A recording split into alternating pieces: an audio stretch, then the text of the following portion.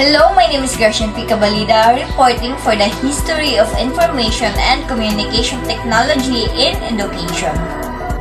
UNESCO, or the United Nations Educational, Scientific, and Cultural Organization, uses the term ICT, or the Information and Communication Technology, to describe the tools and the processes to access, retrieve, store, organize, manipulate, produce, present, and exchange information by electronic and other automated means.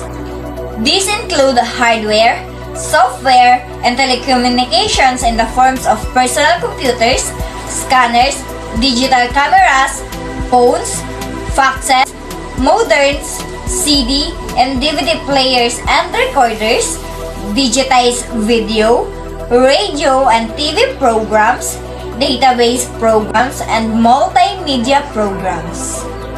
Historical context is important to better understand the evolution of information and communication technology in education. So, there are 5 phases of using computer in education. First is the late 1970s to early 1980s, which is the programming, drill, and practice. This is the era when computers beginning to be used in the school. It was in the early of 1980s when teachers were teaching ADP, stands for Automated Data Processing, to develop students' logic and math skills.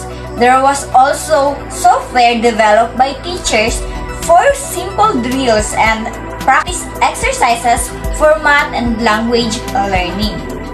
Second phases is the late 1980s to early 1990s, which is the computer-based training or CBT with multimedia.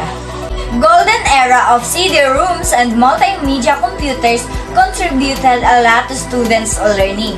Students appeared to learn better by watching movies or animations and listening to audios, whereas some learned better by reading or watching still images. The third wave is the early 1990s, which is the Internet-Based Training or IBT. The third wave of using computers in education came with the adaptation of the World Wide Web.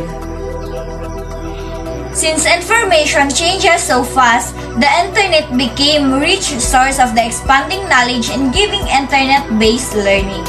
But again, without the multimedia, all one could do on the Internet were early experiments with animations, videos, and audios. The fourth phases is the late 1990s to early 2000, which is the e-learning. The e-learning industry was built even though it was not proven that anyone needed these products. The markets for e-learning courses and the specialty for learning management systems or LMS were created. The pedagogical thinking around the e-learning is closely related to the computer-based learning. The point is to deliver courses for a student. The last and fifth phase is the late 2000, which is the social software plus free and open content.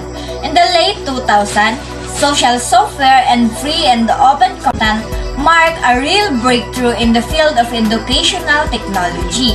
Blogs and wikis have already brought web back to its original idea, which is simply a tool for personal notes that are easily accessible and even editable by peers and your potential peers.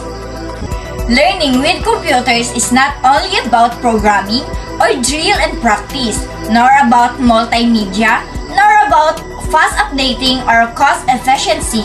It is all about people sharing ideas. Again, this is Gershon Cabalida reporting.